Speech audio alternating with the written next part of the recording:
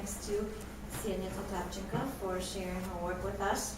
I'll just introduce Ksenia really briefly and then ask you to talk for a few minutes and contextualize the paper, I guess. So Ksenia got her PhD in this last spring, I think, from Princeton. In September, okay, 15 minutes ago, from Princeton. Her dissertation was called A House with the Window to the West, the Akademgradov Computer Center, 1958 to 1993. She has her master's degree from the Sorbonne in Paris, and she started at the State Pedagogical University of Novosibirsk, where she got a diploma in history of culture and English. So, do you know everybody here, or would you like us to go around and I'll introduce ourselves? I think that would be helpful. Okay. Well, I'm Ann Lounsbury from the Department of Russian and Slavic Studies. Misha Avrik, recently got my PhD in comparative literature at Yale. Anastasia Kostikova, I'm a PhD student in Colloquium Slavic here. Kostya Kluchkin, Pedagogical University of St. Petersburg, Pomona College. Fran Bernstein, Department of History, Drew University. Elliot Borenstein, Russian Slavic. I'm Nicole Desser from the Jordan Center and a master's student as well. I'm Diana Nisita, European Studies. So maybe you want to, we all read the paper obviously, but maybe you want to talk for a bit and contextualize it and tell us where it's coming from and where it's going. Good. Like that. Yes, let's do that. Well, but I still want to thank you everybody. Like on Friday afternoon, I'm like happy that I made it myself. Actually, I'm just flying from St. Petersburg. There's a new project. I'll be like excited to talk about it too. So if I'm not very coherent, so I'm jet-lagged. That's the truth.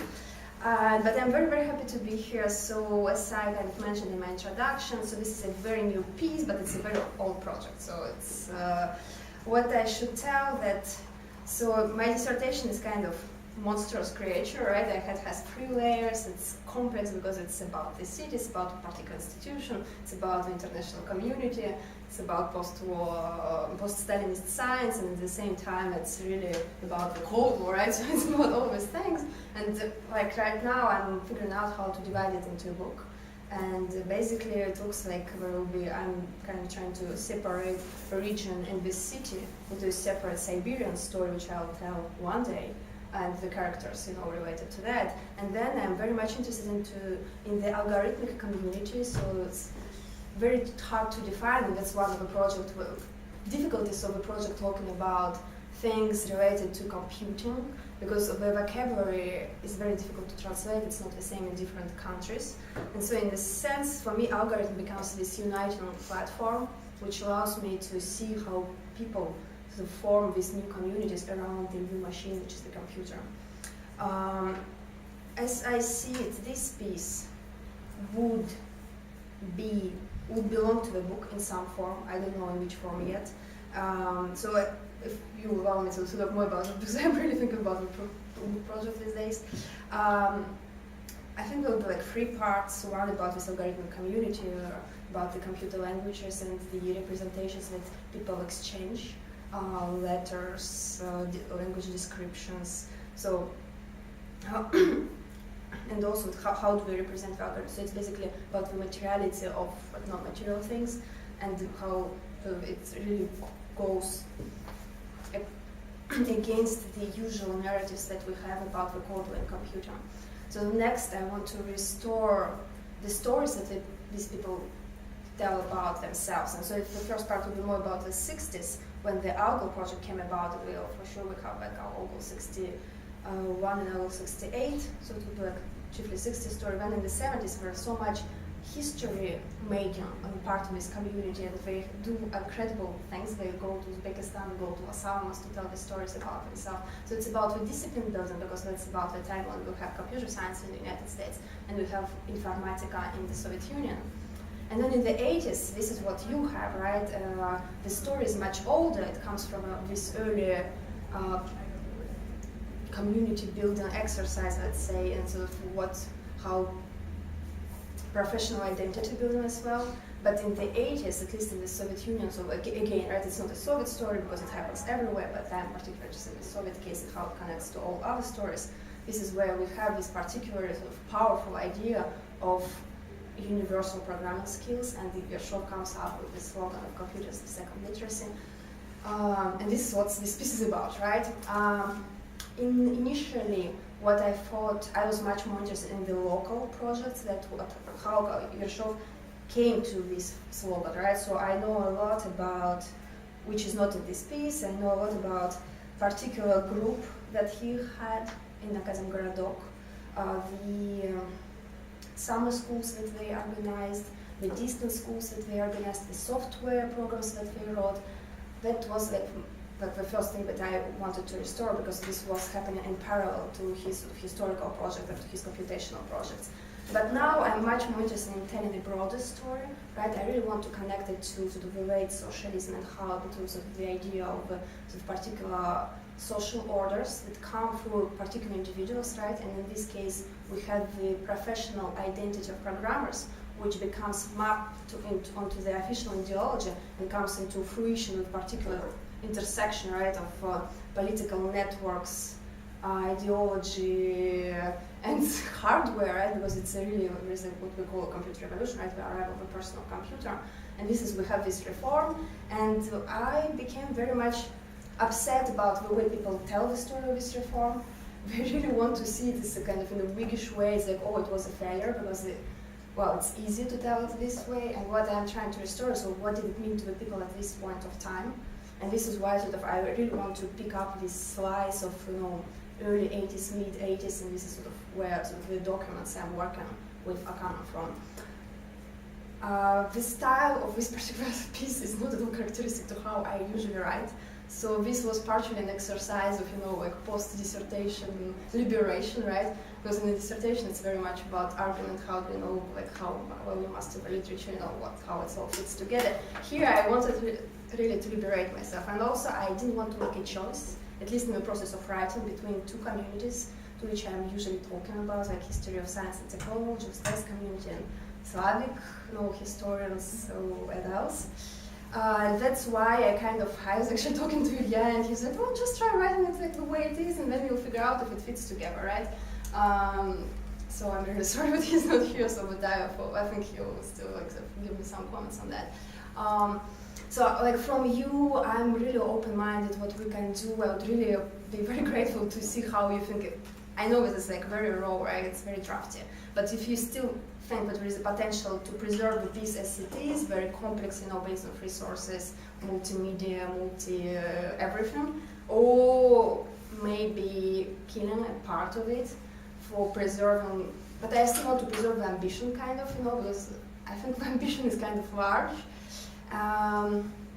So I'm open-minded, so I want to talk about the text as much as I want to talk about sort of other questions and projects, and I would be very grateful also to particular ideas, because of course I'm more used to working with the text, so I spent the last 5 years working with texts chiefly, and now I really want to go into the images, and I want to go into like different medias, because this is what my actors were doing, so I'm following them, right? The way I got into the story of the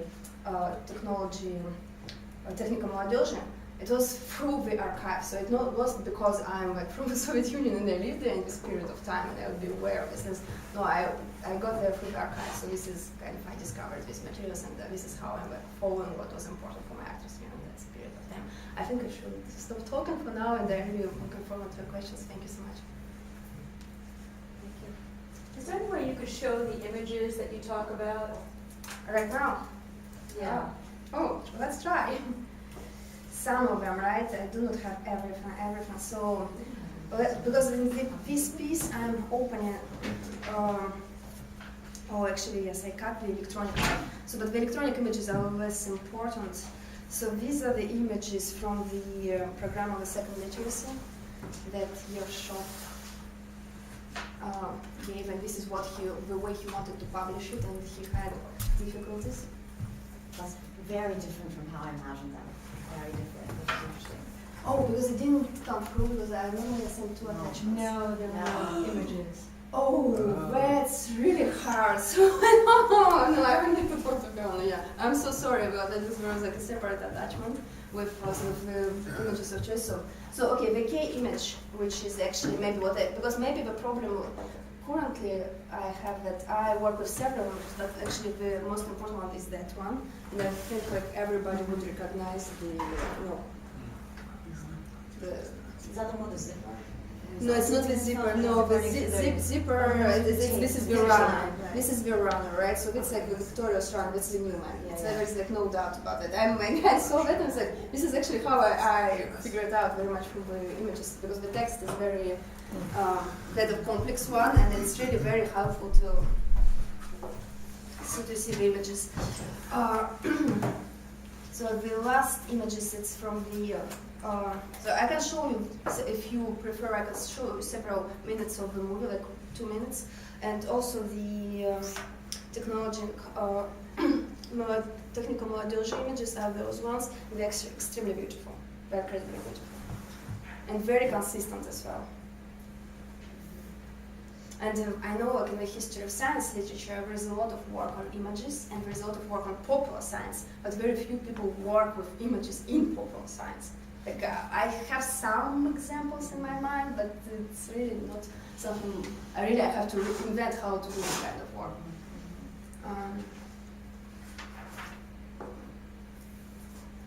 Actually, maybe you could just, to orient someone like me who's just not, I don't know anything about this period or this field, can you just remind me again, kind of walk me through the major text that you're looking at, including the visual images, so that I can sort of get, because I got a little bit confused at the end when we were moving between objects of attention. So there's the Lunayot game. That's the last one. That's the last one. So okay, so what I decided to do for this piece, I started with Ershov's ideas because he is really a key public figure for the reform. So the children write to him. So everybody, like if you need somebody to accuse, that would be him, right? So and if you want somebody who is sort of speaking publicly so much and formulating all these ideas, it's also him again. And by the way, I work on his personal life, right? So that's why I start with his text. And this text is programmed in the second literacy. And so if you look into the nature, it's a speech, it's a conference speech, but in fact, from the very beginning, it's already conceived as for two audiences, right? On one hand, it's for the historic audience, so it's very popular, it's very kind of easygoing. But on the other hand, it's already a political program for one particular country. So on one hand, it's very much universal and in English, and all about sort of this overreaching conversation with Western thought. The other way, there's like a very concrete political program which taps into the sort of really the Soviet baggage of what literacy is and what sort of the Soviet project is. So then I'm looking into how this program becomes materialized into, and this is where the movie comes in, right? So in the media.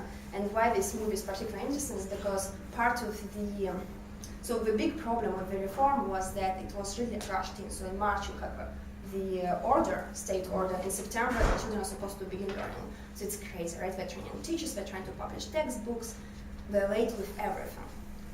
With computers especially, right? They promised they will give computers, but it's obvious like in the first 2 years, very few computers are actually in schools. Some, I mean, I can trace how many there are actually, but it's like really not that many.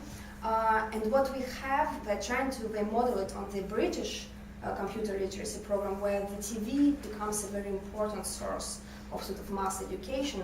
And so on one hand, we have press publications, but I focus on the TV because what is incredible is that like in this particular movie, I focus on which is not the one that Ershov acts in, for the education, but it's the one which seems to be really like publicity, right? So it's very much a propaganda piece on YouTube, right? This is how I got it. Again, tracing some of the particular actors, right?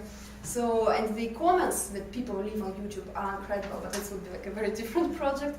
And what I really liked about this movie is that it gets at all these problems associated that I can trace into the press, but the press is so huge that it would be like a separate project just to describe what kind of publications we have during this period of the subject, and that's why maybe it's time for you to just to have a glimpse of the movie, because it's really sort of in. Okay, so let's see if you can see something. The sound is important.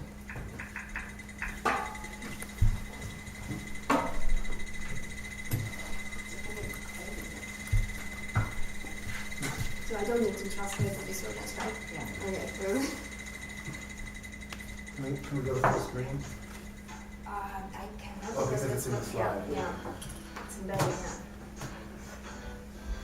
And that's really what, that's what that's the music we hear throughout the movie. So that it connects the narrative. How was the movie distributed? No idea, like no idea. But it's definitely made for TV because I mean the way it's made for TV. But it wasn't on TV. They didn't put it on TV. I don't know. It's very possible they did because I mean.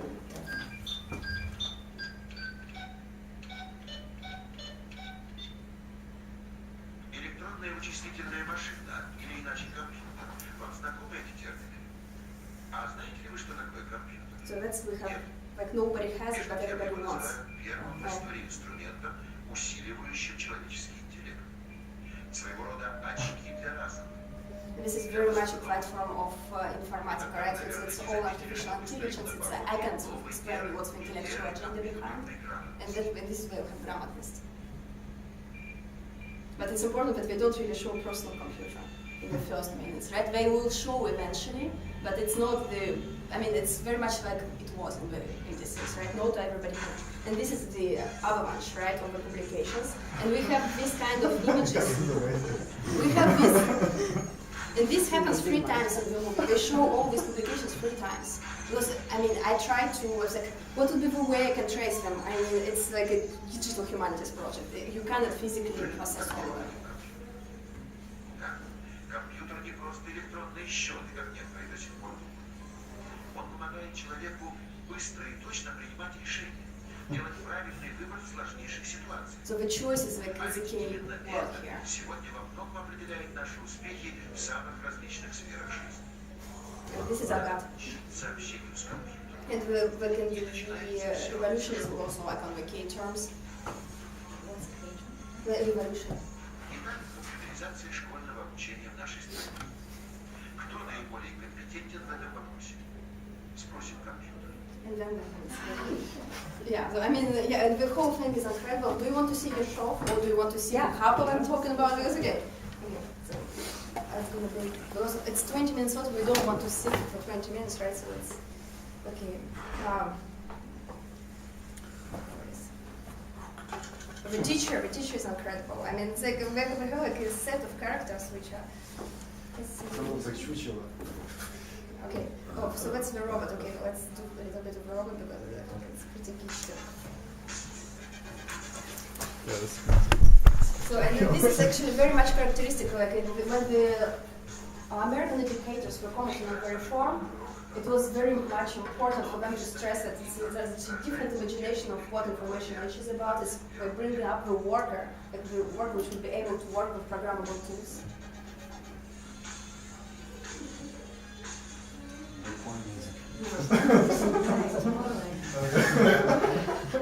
Did somebody ask This for is how? Ted. So let me see. Ershov doesn't rescue. So this is the composer. Okay. It's the teacher. Okay, that's Ershov. Один из постоянно действующих ныне научных семинаров, посвященных компьютеризации школ. Собрались специалисты со всего So I света. think we need to know that Ershov spent his childhood in occupied Ukraine. So he walked for 300 kilometers like when he was a 10-year-old. Like, you know, like his family died from hunger, right? And it's like terrible. And he's talking about the war. It's really like very heavy for him. Like he was known for not never be talking about the war.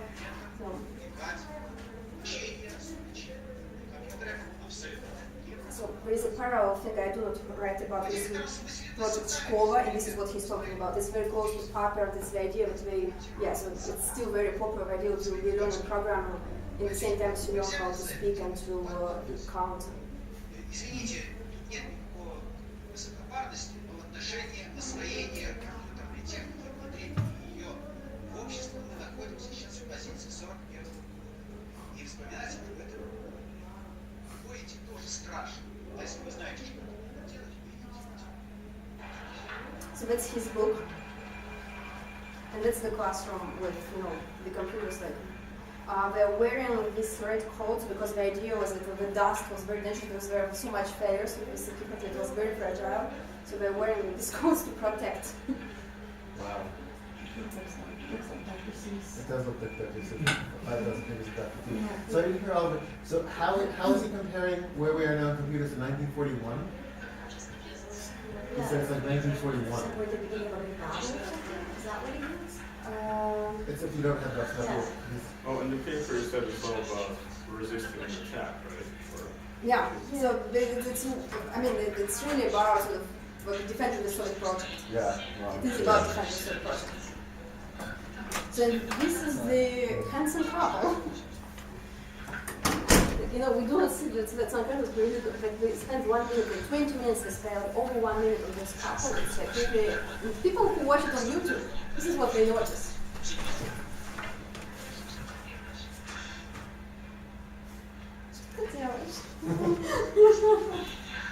It's like she doesn't care about the camera, right? She's like, it doesn't matter. It actually looks like Bergman.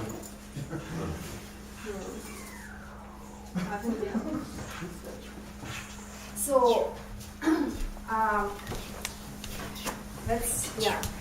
when I found this, I was totally interested and excited. I really wanted to write about it. The question is how to write about it, right? So, because I'm not a media scholar, what I want to do more of a historical argument based on this movie. And what it allows me to do, it allows me to connect sort of the surface with the background, if you want. And also, I think this story of a babushka whom we didn't see, but the point is very much what I see with this movie articulates. It's really sort of this cultural anxiety about what is it for a human to meet this new machine. And she is explicitly saying that what if these people who now ask, if they have a question, and instead of turning to their family members, right, they turn to a computer, they will themselves become like a computer, right? And that's the cultural anxiety. But on the other hand, if we look into Ershov, right, ontology of information and the sort of professional identity, in talking to the computer that the human can realize himself. That's the whole point, that you can realize your humanity by talking to the machine. But being able to control the computer is to control yourself, and it's to express yourself through writing programs for the computer. That's the literacy, right? It's not only able to read, it's able to write. That's like his logos and action. So it's all about performance. I have a couple of comments, but Yeah. one really relates to what you're talking right now is the sense of novelty and excitement. And I wonder to what extent that just going back to this whole scientific technological revolution discourse of much earlier, right? I mean, it's Stalin, right? I mean, It's 55, it's actually after Stalin, because we're gonna see I'm so bad. So the two cultures debate. Yeah. Who was doing two cultures debate? Snow.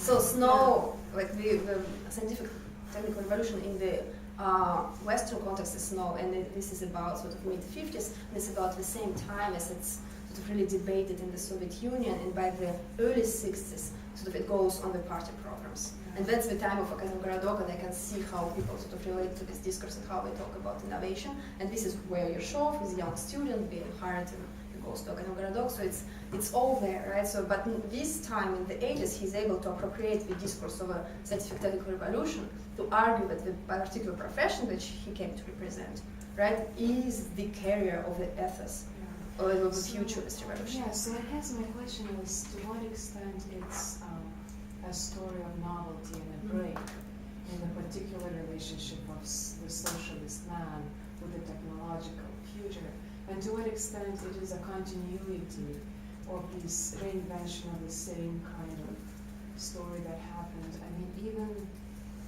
even, and I'm not that familiar, I'm not a historian, but just looking at the art movements of in the 20s and 30s, right? There is a lot of this kind of technology, liberatory kind of narratives. So that's this kind of really the decision, is there something new that is happening, this anxieties along with the tapping into the science and technology as an inseparable part of the socialist kind of realities and future. Right? So more information is something novel in that sense. Well, it depends, right, who talks about it. So if you look into the existing accounts of what the information age of the computer revolution is about, well, so the Soviets failed because they were not able to enter the information age, right? They failed because they were not able to produce computers, right? The computer is not there. That's it. It's like, well, the historians of science who have written about this topic, that's sort of, I'm quoting Paul Josephson, right? Who is like, the Soviets entered the 90s without computers. What does he mean by that? Yeah. Right, so it's so the existing narratives is kind of goes in this direction. So what I think I'm doing, right? What I see, so these people, especially as of okay, so it's against the place of the machine, and what do you do with it, right? We have some computers, right? We know that the Soviets did have some computers. How many? It's kind of a different question. What do we do with them? So in order to transform this sort of calculator into a universal machine, right, which we have now, a media machine, a music machine, we need to program it. What is programming? How do you insert this new profession into the existing sort of planned social order, which we had in the Soviet Union? It was a big fight. Because on one hand, and it's a fight which is not entirely dissimilar from the fight which happens in the West. It's not like there's no West fight in the West, but people have written about that fight. But in the Soviet story, the struggle goes on sort of who are the programmers, who are these new professionals, and what Ershov is trying to figure out how to present them. And he uses, it's a new thing, right? It didn't exist before, but he uses this previous cultural baggage that he has in the available discourses to explain what these new people do. And in this sense, it's a continuity, right? And this is the continuity I'm interested in because we kind of have a tendency to, at least in the history of technology, right, it would be like, at least in the popular, say, account, and when historians went against it, right, the idea is that it was a revolution, right, and then if it was a revolution, of what kind of revolution? And actually the actors were very much aware of the revolution and they wanted to use the revolutionary discourse, at least Ershov, to connect it, to the past in order to make a future for his sort of kind of skills and knowledge and expertise that he possessed. And like, I'm talking about him because I mean sort of a group, a real professional group. Yeah, Sure. Yeah, no, I liked your point in the paper about programming and how this computer programming was also kind of had this reciprocal kind of side of reprogramming the human. Mm-hmm. But I guess one thing that I was really hoping for was to see kind of what they programmed. Like you talked about computer programming as this potential to actualize this new language. But like, I want to see what sort of kind of programs Ershov and his followers created, and like, what did they do, and how is that something like new, and what sort of potentials were they? Because you definitely talked about this actualization, but I was hoping to see. I think that would be great. 3 chapters in the dissertation, right? Novosibirsk Computer Center was one of the best equipped in terms of hardware in the country. A very powerful programming school came to what was formed there. From one of the first very important projects is Alpha project, and in the beginning it has no name. And this is very important that it has no name because it's some kind of a project that Ershov has, that his group has before they moved to Siberia. But what they do, it's late 50s. The first encounters with the Americans happened during the same time, and so he reformulates his own project in terms of the International Algol project. This is going to be part 1 of the book, right? This is kind of the key project that he is able to accomplish. It's a programming environment, and the very point is of this, like in the 60s, in the West and in the East, so it's the same problem. We have many more computers being built. We have different communities that use them, and all these sort of machines and people machine to machine and human to human and human to machine, they all need to communicate, because otherwise you just continue to reproduce the same thing. And this is the point when we have high-level languages emerging in the West and in the East. And high-level language means that there will be a sort of intermediary construction which would allow to human to exchange between themselves and to computers to exchange between themselves much more easily. Mm-hmm. Yeah. And this is sort of one of the important contributions. This is how sort of Ershov built his career, basically, and sort of his reputation, but successfully building a compiler, because the ideas were very known, right? But even if you have ideas and can formulate them, it's very hard to compile to a particular computer. So he had a group, and they managed to do so. And it was one of the best compilers in Europe. All international communities were very much impressed with this work. And the Soviet community was sort of competing as well, so there are 3 parallel projects, and so it's like a big national story as well. So this is kind of where it all starts, and then there are many, many more, so I can go into beta, I can go into Sigma, and etc., so it's not going to be very interesting. But the idea is that usually these projects are extremely ambitious intellectually, and some of them fail because of this ambition. On the other hand, sort of the tension that they have in the computer center, that many of these projects have to be applied. And this is about particular, again, configuration of how sort of the Soviet science works during this period of time. It's very important that it's sort of there are connections with industry. Basically what Ershov hopes to do is to have a theoretical science which would be akin to cybernetics, but different from cybernetics, or akin to computer science on one hand, that we will have software firms, and he tries to establish some, so he's very much involved in the institutional building, and this would be sort of really like sort of selling software products, right? And on the other hand, he's interested in theoretical problems of computation, sort of close things, close to mathematics, and sort of all the same people do all these things. I had a comment and questions that have to do with terminology. Yes. One is just a comment. I can't help but notice that when Ershov and others are talking about gramotnost, it's so different from what we mean when we say computer literacy. Because computer literacy in the States does not include programming. It's really just how to use the computer, but here the stakes seem to be higher.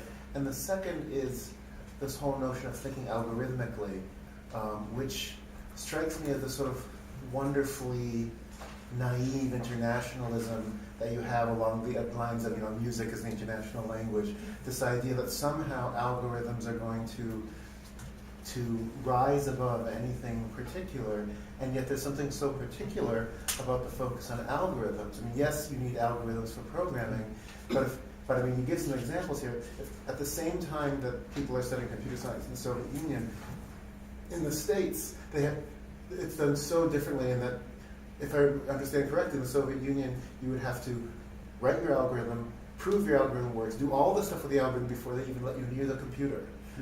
So that you're dealing on a sort of platonic level of getting the algorithm right, rather than just going to the computer and seeing if it works first. And if it works, fine, you're done. So that fetishization of the algorithm actually makes more sense in an environment where the computer science is happening largely off the computers. And then my final question was if you've ever had the chance to see, just by looking, say, at newspapers and television, what happens to these terms once they're released into the wild? That is, how people understand things. I mean, I remember things in the 90s that were really hysterically funny that had to do with complete misunderstandings of what artificial intelligence means. And so, again, the terms have an afterlife, and I was wondering what happens with them. Well, that's many questions actually. Yes. So, should I just start talking? Sure, Okay. So if we go in the order about the instrumental versus algorithmic. Again, right now that's the case, but yes and no. If you look into what is happening in the Great Britain right now, they have this crazy Raspberry Pi project, this little card, kind of mini simple computer people. It's about, again, the same thing. It's about the different meaning of computer literacy, right? It's not what Ed Fredkin says, it's about being able to, like, not to word process, basically. It's what we do, right? But it's been a debate, right? It's still a debate. Like Ershov is on the losing side, right? And people who believe Ershov is on the losing side. This debate is still going on. I've been at the Media Lab. I was giving kind of the same talk, to be honest, right? Really 2 weeks ago. At the same time, it's the Boston convention, so I was running between two things, unfortunately. It was an eye-opening experience to me. All these Media Lab people, it's the same story. Gutenberg, literacy, they want something else. They want computers to be doing something else for people. And they want people to relate to computers differently from what we do. They're crazy mad at iPads. It's like the worst thing ever. It's like Alan Kay, he spoke for like about an hour. I couldn't believe it. So it was like so similar. So I had this argument right in the dissertation that these people shared like a similar vision, and this is how they were able to overcome all this kind of political difference. I heard this vision and I saw what kind of effect it does on the people who sit in the room. So I understood how this thing worked. It's on charisma. It's like pure charisma. It's like Alan Kay spoke to us. We were like about 100 people like looking like this, and it worked because people walked out. And I was talking to an architect. He's like, I will try your thing. I will try to teach my children, like my students, to program without computers like for the first 2 or 3 weeks. I was like, really? Do you really want to do so? Like, I didn't expect it, right? This conversation with people who are really engaged into teaching all these things, it's kind of still happening, right? It's not what, like, people who are not engaged into this, like, we think like, oh, it's closed, right? People who do it, we don't think it's closed, right? So it's kind of still ongoing debate, and I'm like very much interested. So I'm trying to figure out what's going on a little bit more, maybe. Sort of, because I didn't think that my work, on the 80s in the Soviet Union would have something to do with the debates, with the current debates. But I figured out what yes, it does, right? So it's kind of my answer, and it's very interesting as well as I also started to look into the literature of sort of education technology in the 80s. And they've been very explicit, so there are different meanings to computer literacy, and they name it, and we're trying to figure out what they mean, right? So there was sort of a debate, then there was kind of a closure of the debate, but it seems that right now, right, there is a reopening of the debate. So this is where we are on sort of the meaning. I think like part of your story, right, again, so we think, okay, Soviet Union and the United States, the two kind of key protagonists and antagonists, right? It's much more interesting to include Europe, much more interesting. Because sort of all this idea that, it's so easy to go to a computer, yes, like I have seen this applied, like K, applied mathematician Lyons in the France, right? He's credited to be like the father of applied mathematics in France, goes to Asamos in the mid-70s. He's struck by the ability of the computer power, right? How many computers, like some, like, student would go, but probably he didn't think about the algorithm, right? He didn't think about what he's doing. He would just access to it, and when Lyons writes, who was Asamos director, like, we worked more like Russians. We had to think more, right? This is the story we tell about itself, but I think we kind of can take this story seriously in a sense, and sort of put on, like, Soviet case into a European context, explains many things. That's kind of part of the story. And then there was a question about sort of the naive idea of thinking algorithmically. So it's interesting how it maps also on different educational projects, right? So there is also, if I understand it correctly, in the United States, the movement which is new math, right? And it's about developing structural thinking. So these ideas have been around here for a while, just it's a new articulation. And again, so all these ideas about algorithmic thinking, they do come from the United States. That's like, Ershov is very explicit about it. He's very much intellectually connected to Papert, and they sort of meet, so it's not, only, it's not only texts that circulate, they do know each other personally, and there is kind of a political movement, because like, they don't always meet again, so it's interesting to map the geography, because the last meeting between them happens in Sofia, Bulgaria, because there is a very important community for computer educators there, and they write from Bulgaria. Like Papert writes to Vychislitel'naia and saying like, oh, Vychislitel'naia, you are such a great patron of science. What you do in Soviet Union, what we want to do, we need to create a theoretical international group if you would sort of patronize us. It's like from Bulgaria, right? So this is kind of a story. Yeah, I really like the idea of you writing against Paul Josephson and Lauren Graham about, inevitable failure. But given that you're not doing that, I think you're doing a disservice to yourself in that there's no politics in this paper whatsoever. You don't mention Gorbachev until, I think, something like page 20, and the Gorbachev reforms. And so I think to make your case, you really need to demonstrate the way politics, big P, small p, plays a role in this, not success, but not failure, right? But which politics, right? It depends. Like, yeah, no, but We gotta talk about it though, yeah. whatever it is. Maybe, it was Yeah. surprising to read this paper that there didn't seem to be any problems with working, with traveling abroad, with going abroad and having conversations and cooperating with Americans. So that's interesting. That's a really interesting story, particularly vis-a-vis the history of technology at the end of the Soviet Union, because it's absolutely not that in other areas of technology. Okay.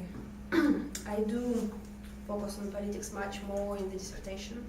So that was part of sort of not doing the same thing as in dissertation. On the other hand,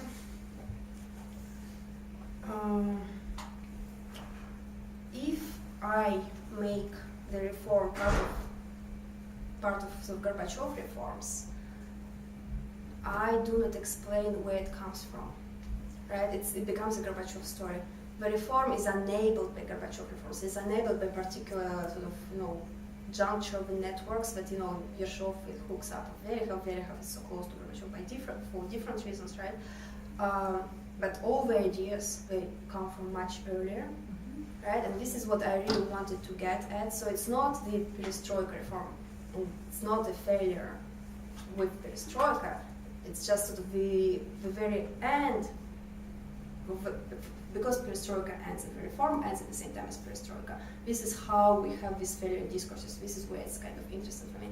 But as I understand it, like it seems to me at least that if I go for politics, I will lose sort of the popular politics, if you want. What I'm interested in is sort of to uncover not the high politics voices of what Gorbachev was thinking, what he was doing, because I think we kind of know this story as well, but it's more about, like, these people really write to all these newspapers, right? They are really anxious about computers. They really think that somehow computers sort of can resolve some of the problems that society has, or maybe not, right? This is where sort of, I'm kind of would be much more interested in sort of uncovering sort of when the reform and the debate becomes the window on the society and what society thinks about the social order rather than what the high politics think about social order. I kind of do this thing because like one of the characters of my dissertation, like Marchuk, who is the friend of Leon, so this is like the chapter 5 if you want, right? He is at the very same time, why also the reform is possible, like he was the director of this computer center study, right, in the first chapters, and in the middle chapters, and he becomes the last president of the Soviet Academy of Science. He's like one of the most powerful men in terms of science policy.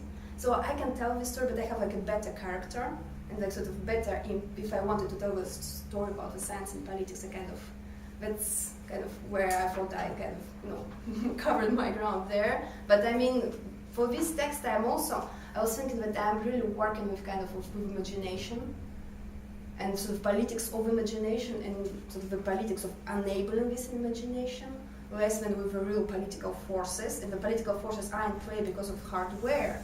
But that's not the story I want to tell right now, because it's completely possible to look into all these different hardware that different ministries were offering for the reform, right? 1 million, how much rubles that would be like for a particular ministry that gets, to produce 1 million computers. So that would be like one possible sort of politics, and I kind of mentioned it, but I don't want to study all this hardware to map it on the politics of the But you don't need to ministries. start in hardware. You talk about this notion of the imaginary, right? Yeah. And I think that would be a really interesting way to get at politics, small p politics. Forget Gorbachev, forget all of that. So which small politics would you think would be? Well, when Brezhnev was an engineer, right? Okay. And so to talk about, and a lot of this is taking place during the Brezhnev era, that's really Yes. fascinating that it's not all about Zastoy. Mm-hmm. So tell us about that. What does that mean that these computer scientists have no problems looking abroad and They going have abroad? problems, but they have mechanisms for overcoming them. It's like we constantly have problems, but they overcome them with some efforts, right? That's very interesting. Okay, I'll really think about how. But you would say that I can preserve the structure of the piece and just sort of be more political throughout. I guess more Soviet context, right? Because you want to like, more Soviet context. Okay. I mean, I'm a Soviet historian, so Okay. that's part of No, why I no, want that's Soviet what I context. want to hear, right? But the thing is that you seem to be writing more to a history of technology, history of computer science audience than you are to Russian historians, which is just fine. But I think, frankly, the Russian historians need to see this stuff much more than historians of science do. But that's the conversation I had before Graham. He was in St. Petersburg as well as this, new project. And he was like, I had this issue throughout my career, right? I had to choose to whom I write one particular text. Like, and this is how it's like you need to frame it differently. Mm-hmm. So and right now it's in between, and I agree with you, right? But do I have to choose? It still seems kind of internalist. I think. Yeah. You need to make it legible to people who really know very little about history of technology or history of computing. I mean, I don't think you cannot speak to both of them, but they're actually, you need to sort of go out and meet them halfway and explain some of this stuff in language that the language that they can actually understand, that's legible, because a lot of the language you're using is, frankly, far too sophisticated, for the field of Russian history at this point. So this is very, very helpful because that's like, yeah. So is it everybody has the same impression? So For example, I had a very simple question, which was knowing nothing about programming. Was programming done in the Soviet Union? Was there the same language of programming in the United States and in Europe? Was this some sort of like international language? Because you there could. are many, many languages, right? Okay, so that's something I simply didn't know as well. So are they using COBOL? Are they using BASIC? You mentioned BASIC, Fortran. Do they use those or develop their own? They have their own, and there's a huge history, right? That nobody knows about. So how much contextualization they can? Yes. And another kind of contextualization that I really wanted was a little bit more about the kind of material life of these objects. This is a TV show that never went on TV, for example. I mean, questions of distribution. These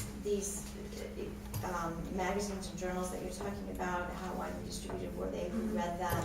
These people, wrote in and their letters were just accepted and they were published, and so this became a kind of forum.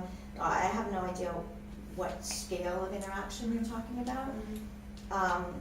And you talk a little bit, and I appreciated it when you talked about how much these programmable calculators cost. I'm just curious about how many people had them.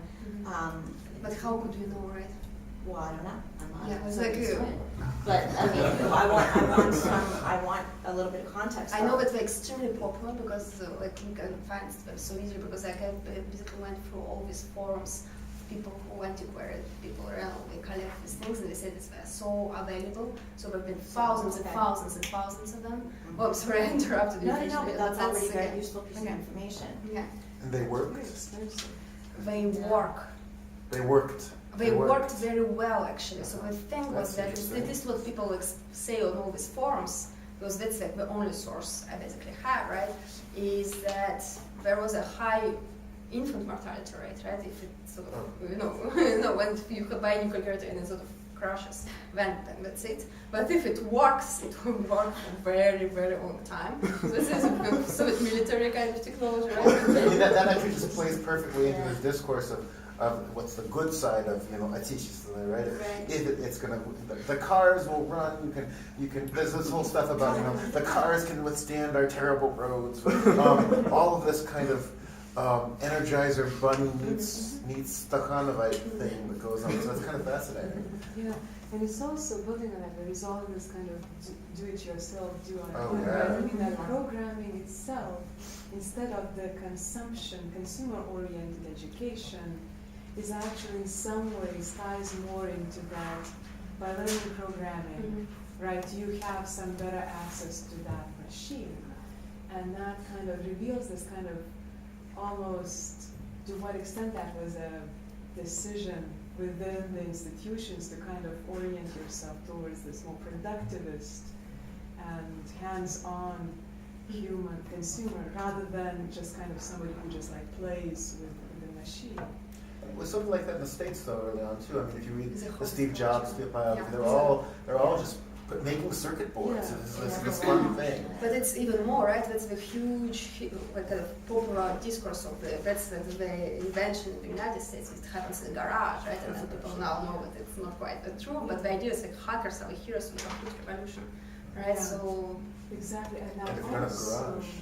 it brings the role of, at least in the Baltics, schools were tied with particular factories. yes, that's the patronage And these system. Yes, factories sponsor these computer programs exactly. or classes. Exactly. So if you were, your sponsor factory was kind of the Soyuz kind of network, it was big, they were able to get these computer labs set up for students to actually have that experience. If they were kind of very local sewing factory, you will never have access to these computers. So in some ways that computer experience was very much in the context of industrialization and kind of where it was in the kind of entire. Yeah, I think this is sort of what it works with how it works with Mitrofanov, right? With my sort of Northern case story about children program on the computers, but I think I can trace it very provided by the local oil Yes, and gas exactly. industry. And that's, I wonder to what extent that needs, like, that is so much about productivity and production rather than a consumer market, right? I mean, these programmers, at least in the schools that we were taught programming, was from people who were working in the factories, and they had like these part-time jobs to teach a class or two for the students on how to program. So that they are kind of educating the workforce. Yeah, that's precisely, yes, this is how it works. That was the official rhetoric, and that was sort of the practice that they tried to realize. This is exactly what it was. So basically what it's again, sort of the broader point is contextualization, political contextualization, so institutional contextualization, technical details, explanation. So, but the point is like it's 40 pages long, right? If I was to submit it as an article, it would be cutting things and replacing it by other things. So what would you imagine being cut then? I thought the third, I wasn't exactly, maybe this is just me, but I wasn't exactly sure what you were doing with the third section with the sci-fi story. Or what can you, that felt a little bit tangential to me, but maybe I just missed the point. So the point is kind of in the title. So in the title, I think needs to be changed because I have several people complained about it. Why I like the title? I think I'm really interested here like in three things. I'm interested in the machine. I'm interested in the individual and sort of in the subjectivity, and I'm interested in the collective and how sort of they all. So on one hand, we have really communities formed around these encounters between humans and machines. On the other hand, we have sort of machine being transformed by humans and sort of new communities. And we have sort of a new individual emerging, via collective and via the machine. So I think they're all intertangled in my story, and this is kind of where I thought the science fiction novel is so productive way of getting into this. But I appreciate the reader's experience because it's in my head, right? If it's questions like, is it working or not? And if you think it's not, it means that it's either needs to be told in a different way or has to have a life of its own.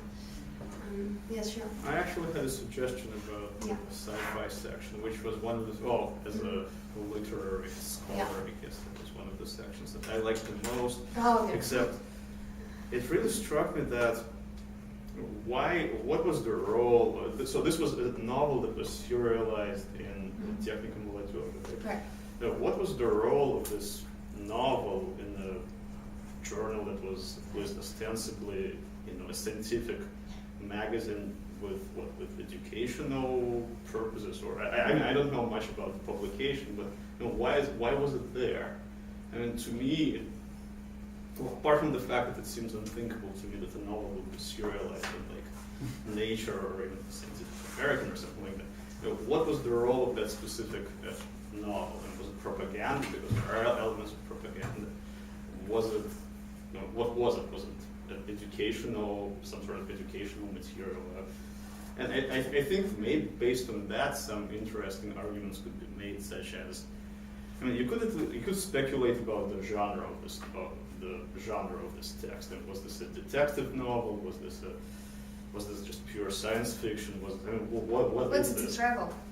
Okay. It's travel, it's like Odyssey, right? So the point is that you go from point A to point B and you change in the process. Were there novels serialized in other scientific or quasi? So, like Unitechnik, most of the sort of these popular science kind of editions, they would have some science fiction in them. Not novels, right? I haven't seen any novels, but it's not like I spent my life working with, Soviet publications of the period, so yeah, been working with the archive, right?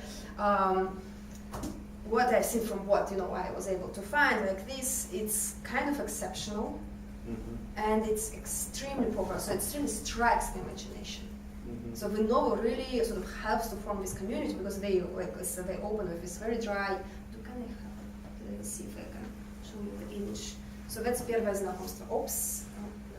Первое знакомство, this is how it happens. Even before we have the reform, we have this publication, right? And it's very dry. The Andrei Ershov says that, they try to appeal to the youth by saying this is like the future, it's like guitar, it's like... This is the first No, that's the first boring one. This is not a novel, this is the first boring publication. But the next issue is a short novel, which is... It takes up the whole issue. No, it's 1 page, it was 2 pages. Also, just like a new thing we want to introduce, right? And then very soon we have a club of electronic games, and there are already some electronic games on this category. So it was not new for the audience, like it was new for this particular journal to introduce this thing, but sort of other people have been already playing with these calculators. The games who existed already, right? Different ones. And what they do in this like short story, Истинная правда, right? It's the co-production of the text with the calculator. It's the idea that you need to check up the facts. Истинная правда. So you need to really figure out when the text says truth or not, and then it's like you cannot really say yes or no because if you go through all the steps, some of them are slight exaggerations. So it's not like it's really hard to choose between like what is false, what is truth. But you need to sort of figure out the physical properties, so it becomes like a cosmic truth. Right? So it's kind of it is not light, right? And then very soon, so I think like the popularity of this one single story was incredible. And this is sort of where we have the collaboration between the science fiction author, who before was writing for the science fiction rubric, right? The cosmonaut and the artist. And we are starting to get like a really full-blown novel with a full-blown story, very complex with many references. So the three of them wrote the novel together? The science fiction writer wrote the novel, but the physical properties of space travel apparently were checked at least occasionally by this very famous cosmonaut. At least like his name appeared on the printed page. This is like how this is how authority worked, right? From how it's explained. Cosmic truth, right? The thing is that I cannot tell you for sure because again, I didn't spend my life doing research on this topic, but what sort of I can tell. So the science fiction writer was actually a son of a very famous mathematician who possibly worked for space problem, and so it's very possible to very actually personal connections behind those things, which I mean I cannot get at right now, and I don't know. I need the argument because the argument is like the text. And it's printed, and we have this incredible reaction, and people to this day, like all these things are on the internet because this community is still alive. They do indicators, they do describe how we worked on these things. So it's like these people who are young in the 80s, they're still crazy about these things, and this is how I can get also to like it was actually like important, very important, right? Well, young in the 80s gets to the title. Don't you have to be a Russian speaker over 40 to know what an EVM is? Yes, that's the problem, right? So on one hand, if I use computer, it's Whiggish because they're not talking about computers, right? But it's legible. Yeah, but if I use EVM, like people cannot get it. So Who gets it? Who gets it? Well, I mean, I remembered EVM. I think, oh right, I remember you said it's called EVM, but it's no, it should be okay. This will go. You really have EVM to will dredge go. it up. Okay, the problem is I and we, because like when my advisor saw the title, he said something like, "Oh, are you talking about like anti-utopia?" I was like, "No, I'm talking about collective." Right, so basically I'm getting rid of the I, we, and the EVM. The question is like, do I get rid of the plan for the future, or is it a good one? What do you mean by the plan for the future? Because what happens is, right, what all these people are talking about, right, they're projecting themselves into the future. This is also kind of what sort of unites the free text, right, so it's a new era, and this is what is case. So Ershov is sort of trying to prepare a new citizen of a new era. The movie is trying to prepare a new citizen of the era, like, but not in the university, but in one particular context, right, when the film is distributed of the context of the reform. And the novel, for it's so futuristic, I don't need to explain it, right? The travel from the moon to the earth, so that's the future, right? But I don't think the title conveys any of that. So I really want subjectivity. I really want the collective, and then I need the machine, and I need sort of imagination, and I need the future somehow. What could that be? I really need to figure out.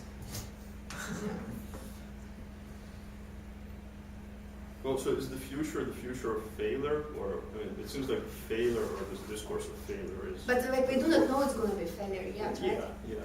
So the future is not the future of failure. The future is like how we can resolve the problems that we currently have, right?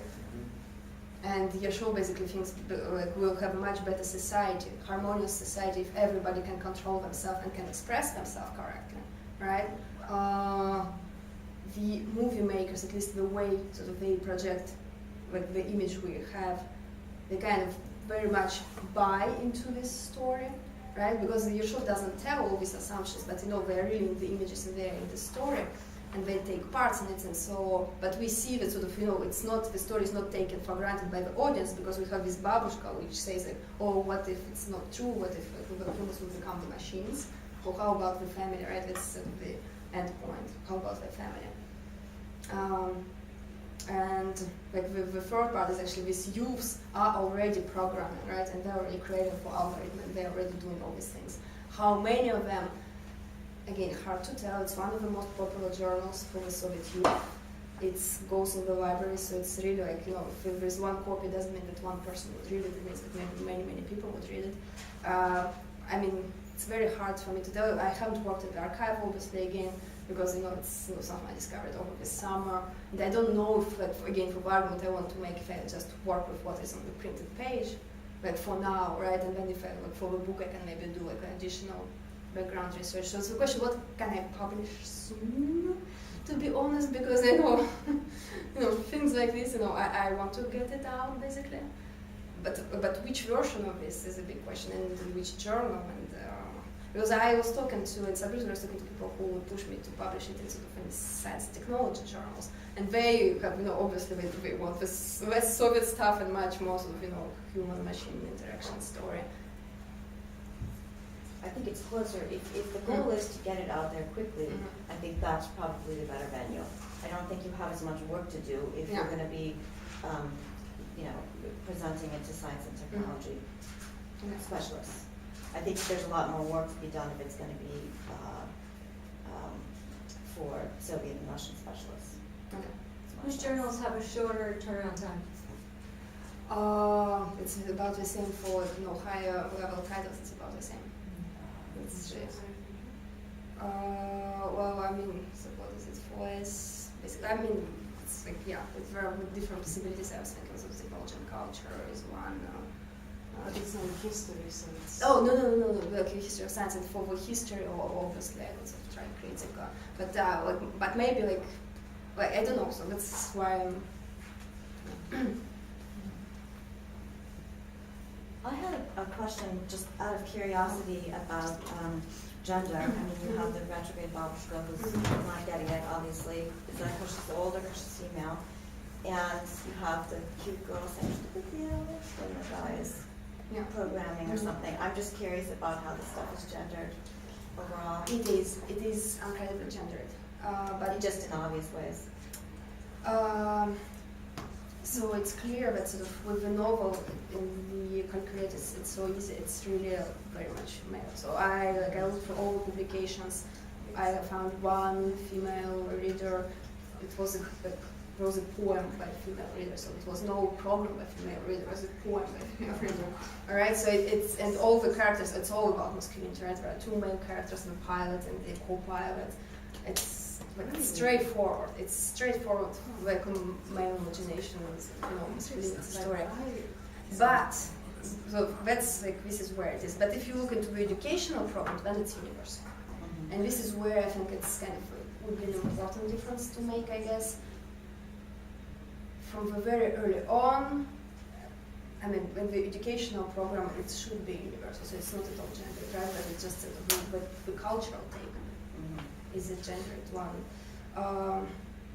There's something else on gender, but sort of historically also I can sort of trace further down, right, to the education in mathematics, and so there is a very high proportion of women, like higher, at least compared to the West, proportion of women in Russian and Soviet mathematics, and it's the same with programmers, where like most of, it's not half and half, but there is a very good proportion in Ershov's collective. There are many women, but there is always a but, right? They are not the ones who publish more. They're not few of them are heads of laboratories, and it's a familiar story. It's like I talk to them, right? It's one child, second child.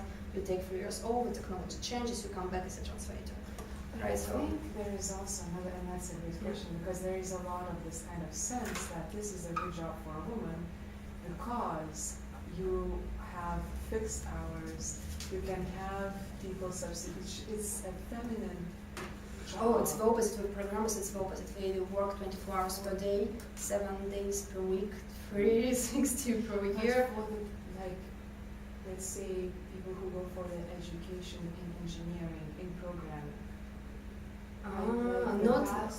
Okay. So in education, in like engineering programs, university, kind of high school, whatever that's called, right, in the Soviet Union, was a large proportion were women because that was considered the job that they can do. They can kind of clock in hours, but they are not asked for this enormous commitment. And a large proportion in factories, programming departments look very feminized. Probably, but on the level of sort of the practice and programming, the practice and programmers, the job hours are totally crazy. So they work 24 hours per day, and because it's all depends on the availability of machine time, and so it's kind of somewhat different. It's kind of the opposite story. It's like this is where like, they meet because this like they hang out together in the night time, and then sort of romance is developed and rotation happens. And then they marry, and then the woman would do something and come back into a low position, while the male would have a steady career growth. So it's the story I see. Yeah, well, in this text, I don't think I can really address gender. No, it's just curious. But it's kind of something I've been thinking a lot about how to do, because it's in the history of technology. It's like one of the important topics. So I think I had a question. Константин? Гостью из будущего 1985, which is the cyborg girl who is, it seems to be that social object that sort of avant-garde Soviet project tried to produce. Ksenia Tatarchenko is 1980, of course. This is one version of that subject that you want to imagine. And I think on the genders, on the other side of the gender divide is Gostью из будущего 1985. But I think I had a sort of a broader, naive comment from largely my memory of the 1980s. It was quite compelling that the narrative of the Soviet society producing a slim layer of a highly technologized elite, perhaps working in a kind of computerized cyborgian fashion, connecting, of course, to the avant-garde projects of the 1920s and the overall avant-garde futuristic vision. That story is quite compelling. It gets to factories as well. It certainly is in the Novosibirsk and scientific centers. But it's very hard for me to see how that process extends to the society as a whole. To me, Ksenia Tatarchenko and Гости из будущего and some of those technical magazines that you're talking about, they're put out into that social world, and perhaps the idea is to construct a post-industrial man, post-industrial subjectivity, but I don't see it working out at all through the 1980s.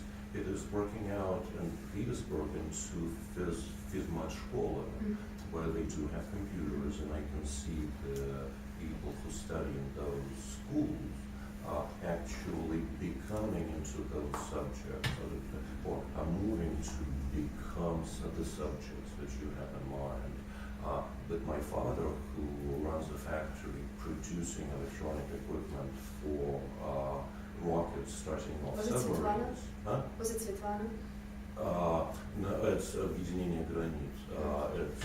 It's part of that military-industrial complex. So his factory is producing computer equipment for the military, but he is an industrial man. He operates as if he were on his life is as if he were on an assembly line. So that subjectivity or that kind of body was produced by the 1930s and 50s. It continues to operate. It's very hard to see how that compelling story of that avant-garde in a very slim layer of society extends beyond that particular layer. So to me, the overall argument works very well with regard to a very narrow elite. It's very hard to see how it works beyond that. But that's the point, right? So this elite, right, is like, this is very, very helpful what you're saying, actually. They need to find a way how to stress it. So, like Ershov, why would like somebody who is very successful academician, already very busy before his foreign trips, university education, running his program on a day-to-day basis, why would he spend his life, and he really is like, he's mortally sick, so that's kind of his last thing he wants to do. This is where people sometimes ask, well, was he kind of faking it, right? Maybe he was just pretending to do something. Well, he kind of makes very hard choices when he has to do, and he's in hospital bed and he edits the textbook, right? That's the ambition of his life, and of many other people who help him to do the same program. And you can trace the same people that are still around in the sort of Russian education right now. If you look at the director of the Pedagogical University in Moscow now, one of those people is doing this. So really, they don't want to stay with elite because they identify themselves as like an old intelligentsia, right, idea. They want to spread this light, right? So it's a narrow elite. I agree with you, it's a very narrow expert sort of group, but the very point of their identity, right, the very core of their identity is that they're not supposed to stay there, right? They're supposed to bring it out, right? And Ershov speaks about in these terms, right? The highest ideal, moral ideal of our profession is to achieve this universal program literacy, right? Very explicit. And he's not alone because he wouldn't be able to realize this reform if he was alone, obviously. And where I see the debate is where it gets interesting, right? So why people care about this reform, right? It's 2 hours they sit in maybe 1 hour per week, 45 minutes. I mean, it's a big deal, and it's not, right? Why everybody is so concerned with it? So basically, the reform and... I think the answer is that nobody is. Well, in the 80s... It's as simple as that. It seems like there's a lot of stuff being published on this issue, and even Ksenia Tatarchenko and Гости из будущего are coming out, and everybody watches that.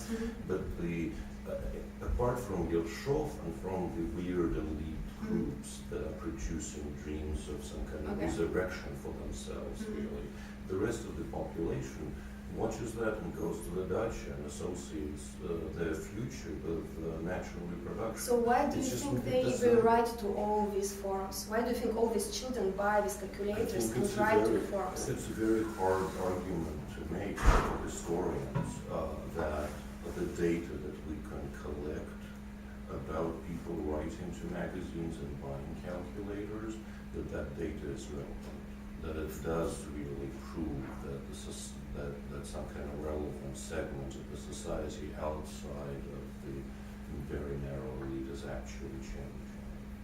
I'm not arguing that they are changing, I'm arguing that they are creating their words, and the part of their words are constructed of different pieces, right? Some of it are technological, some of them are ideological, and that we actually have little understanding because we kind of tend to buy into your Chuck argument that they would retreat into Vnei.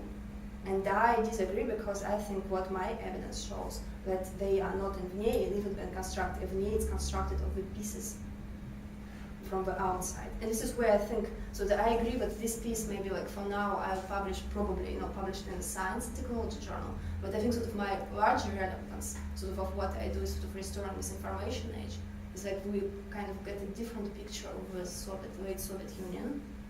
To me then the question is if it goes outside of if somebody does write and somebody does buy a calculator, and I think I had a calculator, how do you define those social groups or that segment of the society that begins to correspond or to write to those magazines? And what does that mean? I think these are very big questions that are very hard to address in a short article. But I think defining what and sociologically who are those people who are corresponding, and how relevant is a babushka, and how relevant is this letter to Unitechnik, and who are those writers to Unitechnik, and what segment of the society those people represent. It's very hard, I think, to show that these So basically, I think people sort of we cannot go into the questions of subjectivity. Is this your argument? Surely not in the question of subjectivity on some kind of large social sense. But so how would we interpret sort of this proliferation of texts and images and sort of these vibrant communities that exist and sort of end up projected into today? So what do we do with them? Because they also exist, right? It's easy to say, well, they're irrelevant because anyway the Soviet Union collapsed, right? But if we restore these communities, we actually can explain why there are so many IT specialists, right, as of today, Russian specialists, right? We can explain what is going on in the education today because we can sort of see how it's the same networks, the same people, they sort of, it's extremely stable, well, up to today because, things are kind of getting to change. But I kind of somehow, because right, you want to stress the rupture with the end of the Soviet project, right? There was this sort of Soviet subjectivity, it failed, right? But there are also generation of people, sort of culturalized in a certain milieu with certain objects. And right, what I see is that there is a lot of continuity across the failure of the Soviet projects, and some of the utopian ideas and images they carried up to today, right? They're not disappearing. In my book, if you limit your claims, they become convincing that surely the Soviet elite produced highly competitive programmers for the world market. That narrow layer that perhaps wrote to Unitechnik and that sat in 239 and 30 in St. Petersburg. When the Soviet Union collapsed, they became extremely competitive on the world market, and those institutions, and perhaps the failure of the Soviet Union. I think I should really talk to you because you know so much made them all about more this story. successful. It's a simple story, and that is quite compelling. It says that the Soviet educational system in its elite layers was highly effective. There's no question about that, but it's a totally separate question from the question of the society as a whole. And so that factory produced highly competitive intellectuals. Yeah. But the rest of the society. So you think sort of this elites were totally separate from society? That's largely, yeah. They certainly wanted to weigh in and have a role, and certainly had some role at the level of decision-making in the Kremlin or So basically your point was to production. separate the technical and scientific expertise from the sort of largest social processes. Absolutely, I think. So what I think, yeah, this is I think we're kind of a point of where we kind of maybe, because I think we agree on certain points and we disagree on others, and I think this is where sort of the disagreement would be. I think between us that we need to figure out how, I don't know how to. It's a very interesting argument because maybe Yeah, because there is this group. I mean, probably it is a lot of people who are very socially mobile in the Soviet Union, who see that technological expertise as a way of kind of educating with engineering. The first generation, college educated, right? But within the US, there is I think there is a group of, it's not just totally elite, right? There are all these pockets. And it's probably not as much about the Soviet future in this kind of idealized that is for the elites, but for them it's a very instrumentalist kind of, social mobility. We will just, this is the new kinds of jobs that are opening in the economy. They're not opening by themselves, that's the point, right? So what they do, so the technical expertise, it's not like God-given, right? They're really constructing it from the really pieces of what is available, right? And so, for me it's very hard, actually it's the opposite, right? For me it's very hard to separate the private and professional lives that those people have. How much they're elites? Well, Ershov is a academician, so yes, we can consider him an elite. Like the people who work them, they're really not elite. It's so hard to restore their voices because they're really patchy. It's in the archive. I can get to some of those, but I really need a group, and this is why sort of I'm really trying to get into not Ershov himself, but all the people who work with them. As long as you talk about these people, so you would like to do this sort of micro. I think what you say about subjectivities as they're being produced in that process is compelling as long as you stay to that narrow layer of people. And then their private lives are intermixed with their professional lives and their dreams of the future and attachment to machines. That works in perhaps in ways that are similar to the West. But the rest of the society lives on its own. And it's not about the lives of, not about my life in the 1980s. It's about the lives of people who went to these two schools and then went on to Fistiev. And they live that way. If that's the story about them, it's compelling. If it's the story about the Soviet society Okay, as a I whole, think it's a story it's very about hard to those find. elites who really wanted to transform the society and who get a lot of response, right? Because the contestation, like these children are writing to Ershov because they care, right? And we have, like Ershov correspondence explodes, they have thousands and thousands of letters from people who write to him with sort of criticizing the reform, asking for help. So I have so much response.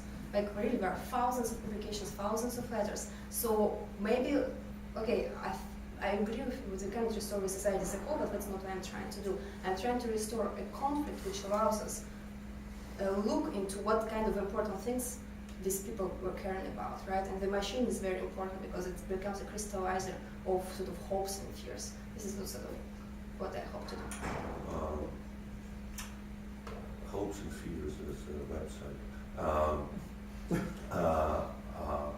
as we all know. I don't. No? Oh, Hopes and Fears is the section of the Village Look at Me. That's one of the most popular websites among people under 30 in Russia today. That tells me that the subjectivity, the mass subjectivity, the computerized subjectivity you're talking about actually is a post-Soviet phenomenon that happens in the late 90s and 2000s. But I'm happy to say that yes. But your vision is computer-centered, right? You need a computer in order to have this subjectivity, while sort of the point of my actors is that you don't need a computer. What you need is an algorithm. Yeah, I'd be happy to concede that narrow layer of experts or narrow elite has some audience. that they are not alone. They're not just talking to themselves. Okay, so They would you have be a convinced self. if I made, like, at some point, right? I'm not going to do it like today or tomorrow, but at some point I was able to come up with numbers of publications and letters. That doesn't tell me anything. Where in the What do you think of Soviet Denis Union- Kozlov? Because I think like there's this new book on sort of Khrushchev subjectivity, and he works. This is what he does. He works with the letters to the editors, and he thinks that he can explain. Well, I think the methodology is a big historical question. I don't know what the answers are. Mhm. But this is a question No, for I think this is historians, very and interesting I'm what you're not saying, one. because I mean it really makes me But think. it's very hard to, one I think has to think harder a lot about what the print runs of Soviet publications mean, what Soviet statistics means, what those letters mean. I think that those questions are so difficult that it's very hard to make any kind of straightforward claim based on these facts. That's why it's so hard to expand the story about the elites to the broader. And it's very hard But to elites define how have broad agency, that right? So story is. okay, but I think we are getting like into personal conversations between two of us. So maybe like no, if but other people want to to close this conversation, so we can continue it. You know, it's Friday night after all. No, I think You know, but I'm really very grateful for all these comments, because it's, you know, I'm working my way into the book project, right? And I'm thinking about the audience myself and sort of, so who would be interested in like what the reception would be. So this is extremely helpful. Okay, then I guess it's time to say thank you for this fascinating paper. It was wonderful, and well, so thank you everybody for coming. Yes. In terms of, I mean, there is this This is magical